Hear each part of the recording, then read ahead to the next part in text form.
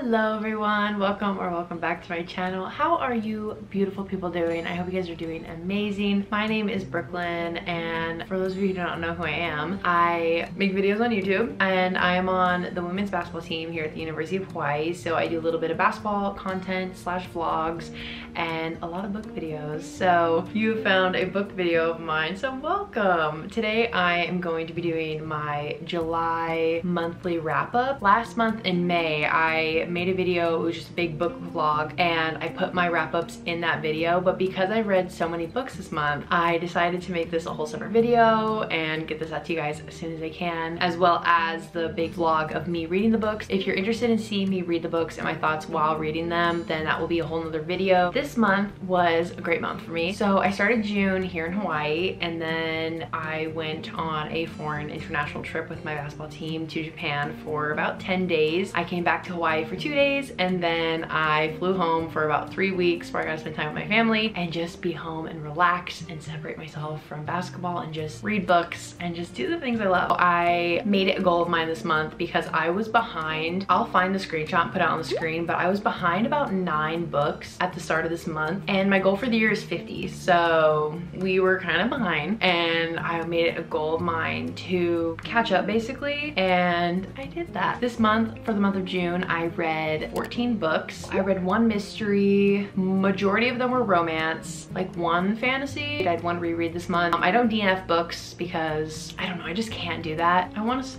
you guys to see my crew neck. Okay, there we go, that's better. Sorry, my dad got me this. Thanks, Dad. I sent it to him and he got it for me. So the one from House of Jupiter, written by Emily Henry, it's so cute. Anyways, I just thought I'd share that with you guys. I definitely stepped out of my comfort zone in terms of reading because, as you can see, I love me a good physical book. But while in Japan, I was like, I can't really pack books for the trip. I don't know, it didn't feel right to do that, especially because we were going for basketball and it's a new country and I don't want to be like in my hotel room reading. I should be out and about exploring and stuff. So I actually downloaded the Kindle app and I read a couple books on there. I don't have an actual Kindle or Kindle Unlimited subscription, but I am planning on getting a Kindle some point on Prime Day. I was going back and forth between this, whether I wanted to become a Kindle girly or just stick to my physical books, because I love annotating, tabbing, underline. If you see my videos, you know I love to do that on all my books basically. I was so concerned about that, like reading the books digitally, but I actually read a couple books online, and then I also listened to some audiobooks. But yeah, I'm very excited to tell you guys what I read this month. The first book that I read was actually a physical book. I think I have it. Hold on, I have it. Animal Farm. I read this on the plane. It's a pretty thin book. I decided this is probably the easiest thing I could pack going to Japan. So on the flight over, I read this. This is written by George Orwell, and I gave it a 3.75 rating. This is more of a fiction dystopian novel. I read 1984 by George Orwell, and I hated that book. I'm gonna be so honest. I hated that book, and I had such a struggle. I struggled. I had such a hard time reading it. I don't know what it was. I don't think I was in the mood for it, but I just wanted to read it. And I was very hesitant going into this, but my dad recommended me to read this, and he's like, it's such a good book, you should read it, it's really interesting. I thought it was. It was interesting. 3.75 is like medium rating for me. You know, it wasn't a bad book. It wasn't like a 5-star, like, oh my god, I'm loving this, can't wait to pick it up again. But it was interesting, and I did think about it for a little after. This book is about animals who overthrow their farm and the farmer who runs the farm. It's a very political structured book where each animal represents someone in society. As time goes on, you can see the animals kind of form into groups, and who becomes the leaders and who doesn't, who becomes more the followers, and the pigs in the book become the leaders. And you slowly see over time the same power that the humans had that the animals hated. The animals slowly start to realize that they can have that power over other animals, and you slowly start to see the animals do malicious, and I can't think of the word right now, but they just do like wrong things and lie to the other animals because they have the power over them. So I thought this book was really interesting because there was also aspects that the other farm animals, like the sheep, they were literal sheep. They followed the pigs when they told them what to do, and they changed stuff. I guess it could show what could happen in society when people get power, and how quick people are to follow and listen, and what happens to people when they don't, and all that stuff. So I think it is a very interesting book, almost like a timeless one, because it could be applied to any aspect or time in today's world, or in the past, or maybe in the future. I also found a playlist for it on Spotify, so it wasn't like that boring of a read. And I'm gonna read you guys a quote because I feel like it's a pretty well-known quote. quote, but it basically says all animals are equal, but some animals are more equal than others. And that's just kind of like a wow to me. So I would recommend you guys reading it. Very short, very quick, easy read. It took me like 3 or 4 hours, and I was just like leisurely reading it. Also, the reason I don't have any of the physical books is because I read most of the physical books at home, and obviously I'm going to be moving out of here in about a year, and this is already going to be a struggle to get back to the mainland, so I just figured I'd leave them at home so I don't have to stress about it. The next book I listened to, this was also during the Japan trip. After I finished Animal Farm, I went right into this one. Right when we got into the Japan airport, popped on my headphones. I've seen this book around a lot. I'm Glad My Mom Died by Jeanette McCurdy. It is basically a memoir. It's a nonfiction memoir, and Jeanette McCurdy actually did the audio book. What's the word? I can't think of words right now, but she did the voice. She read it. I don't know if it had been a book that I would have went and bought at a bookstore. I don't know if I'll ever really buy the book, but I enjoyed listening to it. It's a memoir of her life and being a child actor and how that affected her relationship, how it affected herself, and how basically she just views the world and the relationships that she has in life. And I really liked it, and it was really funny in some parts. Some parts was more sad, serious. Overall, I really liked the book. I actually gave it no ratings. I've seen a couple people do this that I follow, and I agree with it because I don't want to rate someone's life story and be like, this book, like in terms of like book and setting and structure and stuff, I thought it was fine. Obviously I listened to the audiobook, so I didn't like see a physical copy of it, so I can't really judge it in that way. But the actual story itself, I can't judge because it's her life, and saying like it's a 2-star or 3-star or 5 stars, like rating their life, and that I don't think the point of it. Well, I would really recommend listening to it as an audiobook just because she's the one voicing it. This was another Kindle book that I read on the app, and I was reading a lot of the books that Amazon Prime offered, and they're not that bad. So I wanted a mystery book, and I felt like this one would go fast. The Girl Who Was Taken by Charlie Donnelly, I rated this a 3-star. The book is about Megan and Nicole, and they both go missing one day. Megan is able to escape, but Nicole is still missing. So Megan writes this book about her journey and what happened and explaining the whole situation because she has the whole nation's eyes on her. She writes this book, and Nicole's still missing. It takes the attention off of Nicole and just more attention on Megan. Nicole's sister is Livia, and she's a forensic pathologist, works in the morgue, autopsies of dead people, and she does that job to kind of be able to have some control of whether or not her sister will flow through in that area and see if she's dead or not. So that's why like she's in that field. Her sister Livia, he discovers some stuff and is still not okay with the fact that her sister's missing, so she makes it her duty and her job to kind of solve where her sister's at and what happened, go through the point of view of Livia. We also get a back and forth timeline where we see what happens gradually in the girl's eyes who went missing. I know I rated a 3-star, but thinking back to it now, I've only read a few mystery / thriller books, so I don't really have much to compare it on. The other one that I remember reading is Then She Was Gone by Lisa Jewell, and that one was very dark in my opinion. I kind of felt disconnected from the characters, especially the girls who were missing, and when we got their point of views, I don't know, some part of me like thinking back to it didn't mind it. I thought it was just enough because it leaves enough to the imagination of the reader. I thought the beginning was very slow. The middle definitely picked up, and then the end was just very quick in my opinion, and I wish it was a little more dragged out because I thought the reveal at the end was so quick, and I feel like it could have gone a different way. I don't know, but then I was doing like a deep dive on Reddit about the book because it's kind of open-ended, and I don't want to spoil anything, but I feel like there's some characters in the book that are still suspicious, and the author just tried to write them off as that like it wasn't them. No, like you are suspicious, don't try to act like you're not. And then the ending is just very open-ended. I know some thrillers do that. It was kind of dissatisfying. So now the next 6 books, they're short stories. The Improbable Meet Cute series, and there are a bunch of different authors. I read these all on my Kindle app. They're available through Prime, so if you guys want to read them on your phone, you can do that, and they're very quick short reads. The first short story was The Exception to the Rule by Christina Lauren, and it was only 100 pages. I read this on the plane, rated it a 5-star. This guy emails this girl asking her for, I think, questions for like a assignment or homework, and this is when they're in middle school. So she emails him back, but she emails him back and says like, hey, you got the wrong email. I don't know this class. Happy Valentine's Day though, because he emailed her on Valentine's Day. They wish each other a happy Valentine's Day. It becomes this annual tradition where one of them either sends the email saying like, happy Valentine's Day, hope you're doing well, and you slowly see their connection grow and their relationship grow through these emails. They made a rule where they could share no names, no like personal information or pictures that would give them away. You see their whole connection throughout middle school all the way to college. But I love this book. I was freaking out while I was reading this on the plane. I had to like compose myself because obviously I'm on a plane, but I was like freaking out. I love letters, emails, correspondence, like anything I love. Also, in the books that I've been reading this month, I'm tall, I'm 6'4". So a lot of the books that I read are like the girl's small and petite and dainty. In here, she's tall. All the books that I've read this month have described the female main character as tall. So I thought that was pretty cool. Out of all the 6 books, I would 100% recommend reading this one. It is so good. I loved it. Worst Wingman Ever by Abby Jimenez. I gave this book a 3.75. This book is a romance, obviously, once again. I think a lot of these short stories based around Valentine's Day. She finds this letter on her windshield that's basically a Valentine's note, not for her. The only thing that I think why I didn't really like this book as much, I felt like the ending just felt so short for me, and I feel like it could have wrapped up in a different way, but I definitely like the chemistry and the dynamic between the 2 characters in the short span of time. This was when the short stories kind of went downhill. Rosie and the Dreamboat by Sally Thorne. I ended up giving this book a 2-star rating. It's about these 2 sisters who go to this spa and they go into these like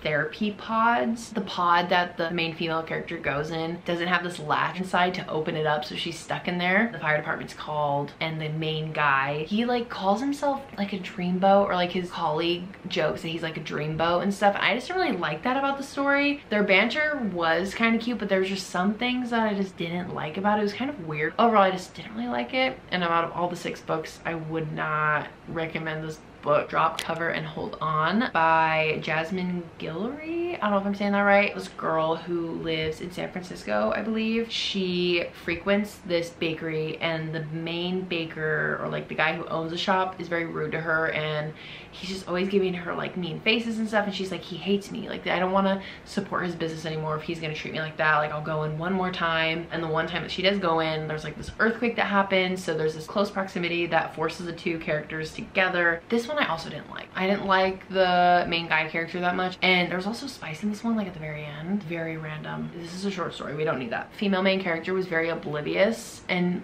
very self-doubting. She's like, well, how could anyone like me? 5th book in this series is called With Any Luck, and this is by Ashley Poston. I rated this a 4.5 star. I absolutely love this book. I know the main guy's name was Theo. I can't remember the girl's name, but what ends up happening is she has this curse that whoever she kisses, the person that she kisses, they end up finding their soulmate after that kiss. Her best friend is a guy, and he's getting married. She goes to the wedding with her best friend. The fiance's best friend, Theo, the main girl does not like at all, and they've had this like little thing in the past. I think he was like rude to her, kind of like rubbed her the wrong way, so she like already doesn't like him, so it's like a little enemies to lovers vibe. The ending was so cute.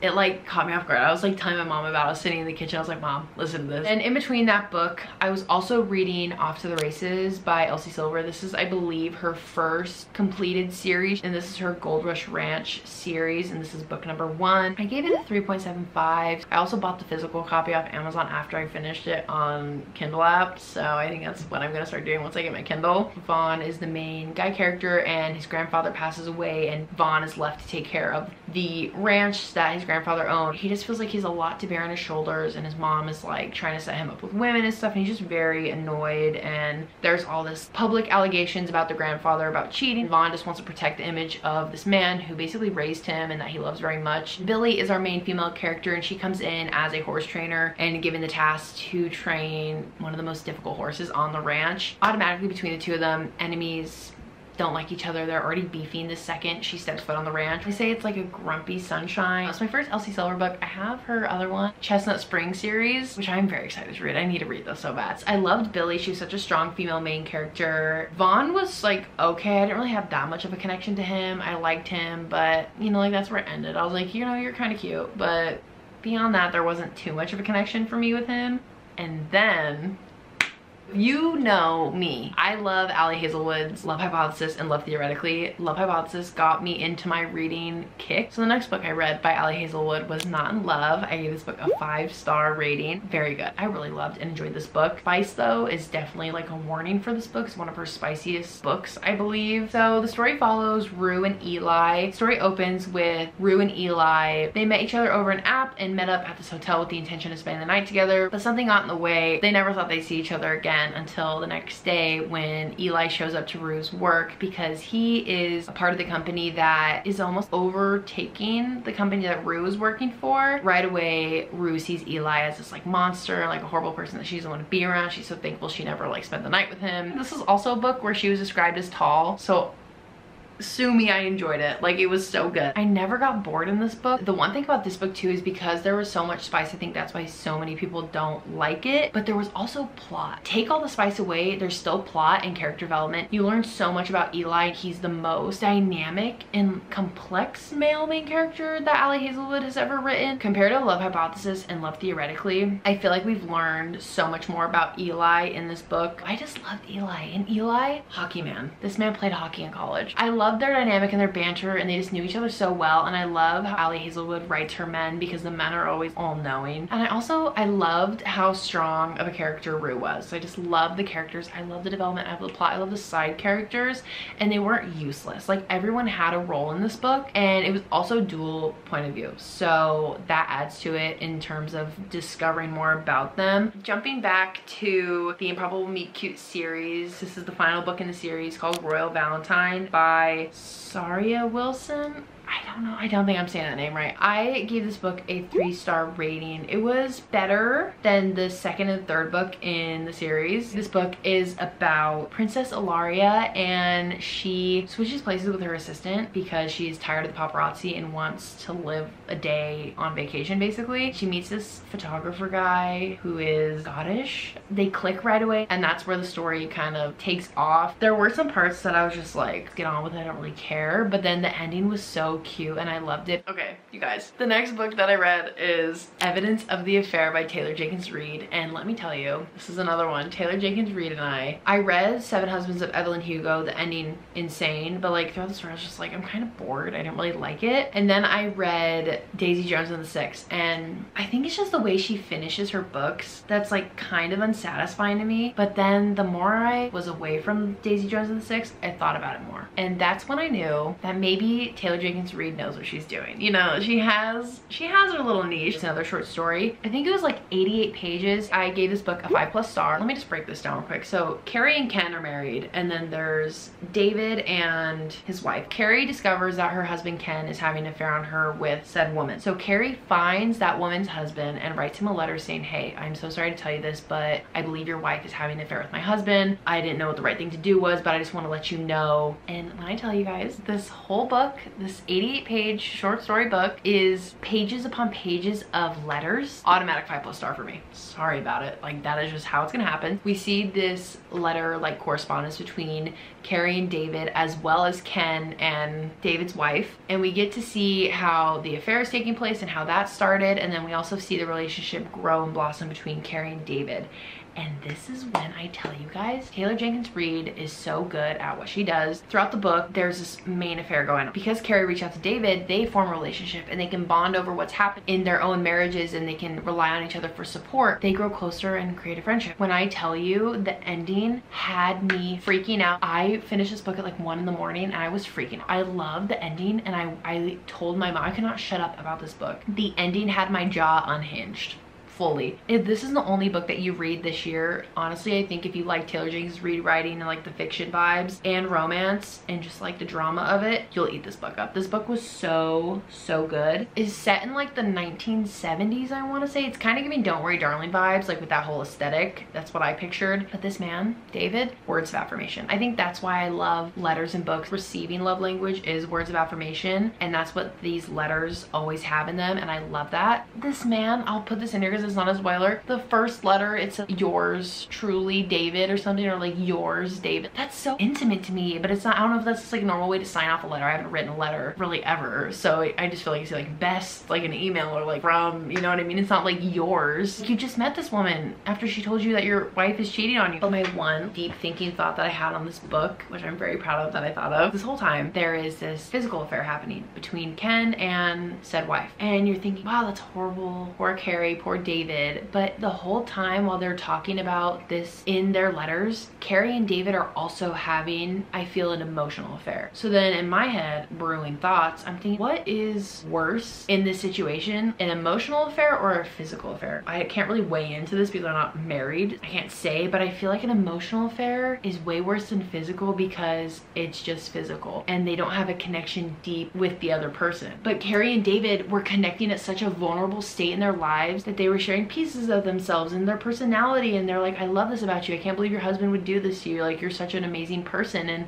Carrie was so vulnerable in the ways that she viewed herself as a woman because there are issues in her life around like womanhood that made her feel less than and made her think that her husband viewed her a certain way. The relationship that Carrie made with David was so intimate. Even if they were just meant to be friends, even though your partner's committing one, you were also committing one too. And that's why I think this book is so good, because you can analyze it in so many ways, and the ending was just insane. And oh, please, if you get anything out of this video, is that you need to read this book. It's literally 88 pages. You can get it on the Kindle app, on, if you have Prime, on Amazon, get it on there. It's such a good book. Okay, the next book, I listened to this book on Spotify and Audible because I ran out of Spotify hours, sadly. Can you guess the book? I re-listened to Powerless by Lauren Roberts.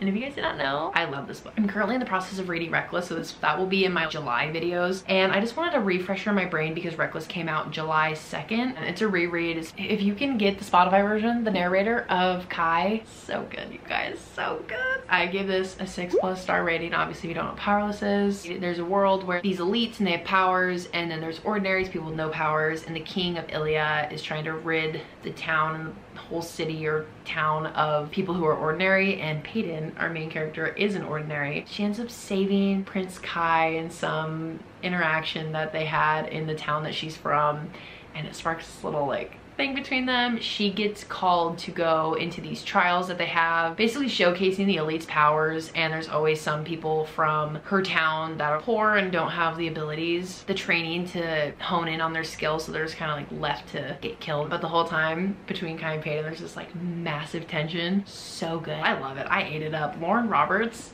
ate with this book, and I definitely recommend reading it if you haven't, and you'll be reading it at the perfect time because the second book is already out. Moving on to the last and final book of this month. My mom bought this book for me, so thank you, Mom, so much. This book is The Summer Will Be Different by Carly Fortune. I just thought this book was a solid 5-star. I give this 5 stars, very solid. Sometimes I rate books 5 stars. I give 5 stars also very easily. I am not a harsh rater because I am solely here for the vibes, and the vibes were just good. Lucy is a tourist. This is all taking place in Canada, by the way, and Lucy goes to Prince Edward Island where she's expecting to be with her best friend Bridget. Bridget is late because her plane's delayed. Lucy goes to this little restaurant. She sees this man, his name's Felix, and he is shucking oysters and stuff, and they just have this great chemistry right off the bat. Basically what's happening is they spend the night together. Later she finds out that Felix is actually Bridget's brother. They kind of agree to forget about it and just be like, okay, nothing happened, it was a one-time thing, whatever, like don't fall in love with me. That's like their little rule. Like Felix tells